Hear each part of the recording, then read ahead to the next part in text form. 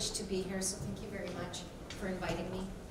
I'm going to talk a little bit about CPEC, and just to give you some context around how it was open to international investors and where Europe is at with it. Some of the most recent commentary came from the Munich Security Conference, where China commented on, despite certain tensions, Huawei, of course, is a major business competitive factor at the moment. I'm sure you must have read news lines about it. But at the same time, expressed a multilateral approach to development and also extended cooperation between Germany.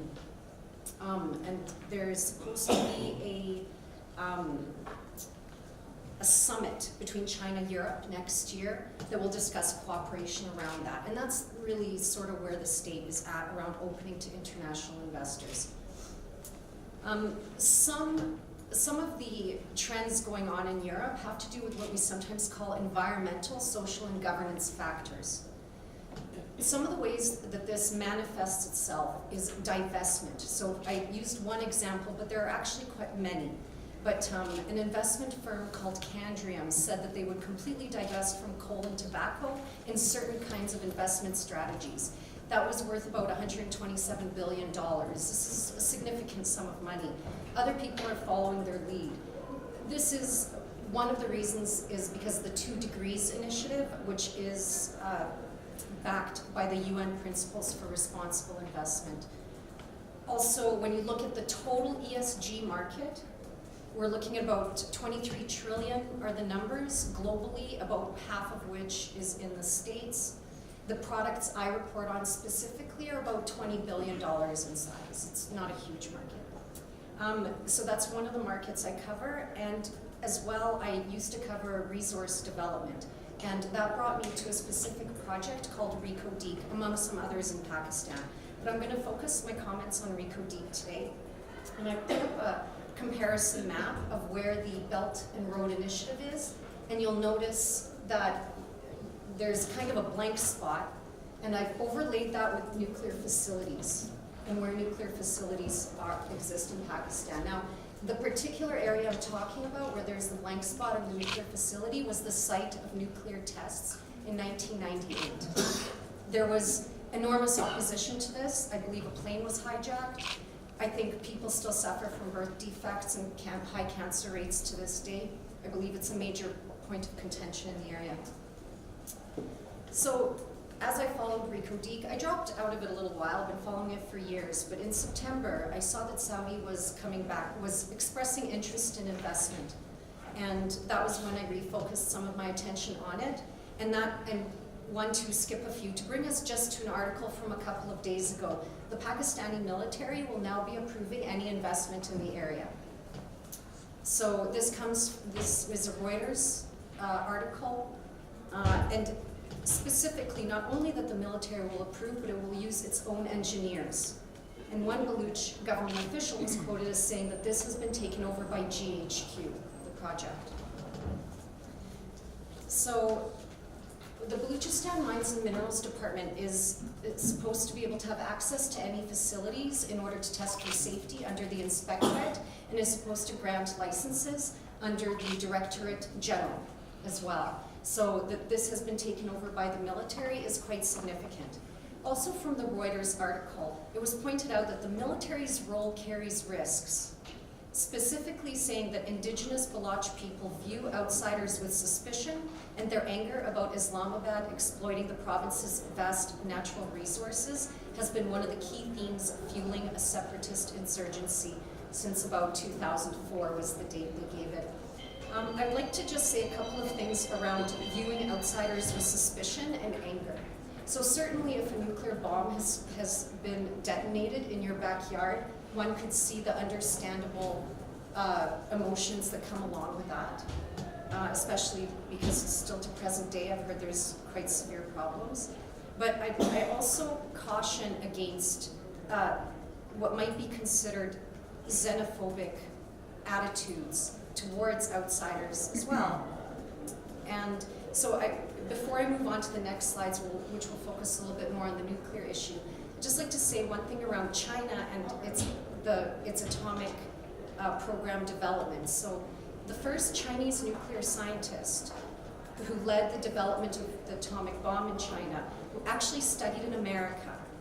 He was expelled and there was actually extreme protests from the American scientific community about this, and he was essentially kicked out because of the communist scare in the 50s, or during that period of time in American history.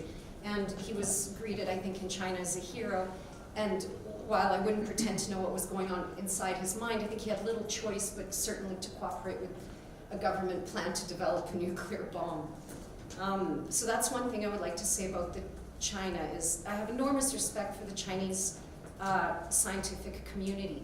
And when we look at present day, and we look at 5G networks, it's absolutely a pioneer in 5G networks, as well as in combination with a technology called quantum key distribution. I'd just like to say that, I'm sorry, I know it's time, but this, I don't want to get into too many details because it is an advanced technology, but they've won awards from the American scientific community for their work on these quantum technologies.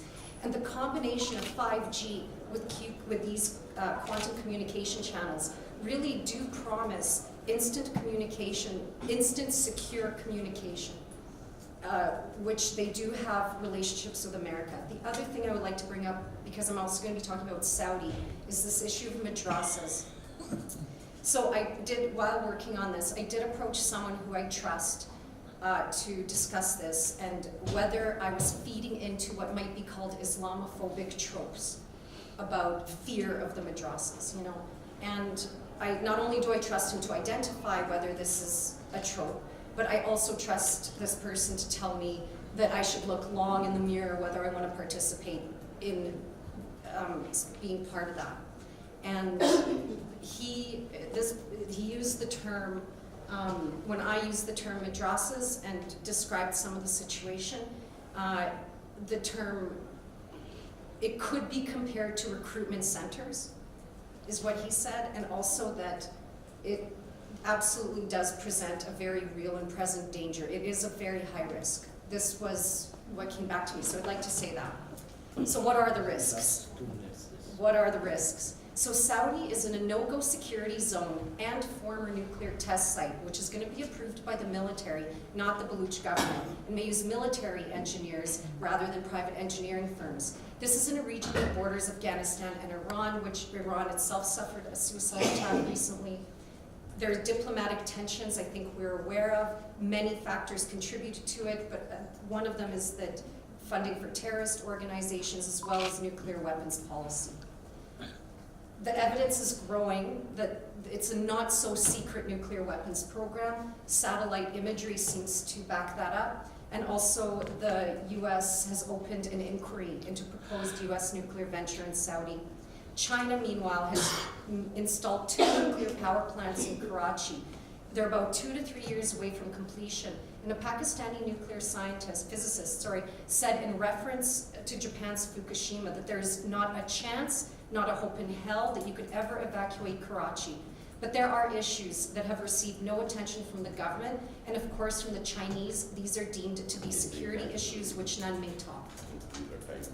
So what's happening to dissident voices at the moment, we know. I chose the one on the left very deliberately because this is the UAE's state-backed newspaper, which also reports on this. And I heard it was a real shock that someone was taken in the UAE.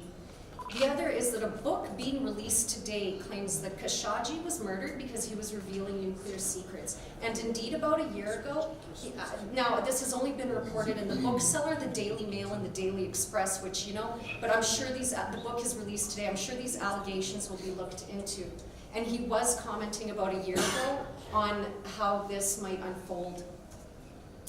So I just want to conclude with something I read from 2005, which will show you how little the situation has changed somewhat. A Pakistani journalist from Islamabad said that the Baloch leadership is not prepared to listen anymore to the same stories of mega projects and development expenditure. Neither are they interested in dole in the shape of jobs. They simply want to be masters of their own province. Let them be. What is wrong with that? How would that harm the unity and integrity of Pakistan?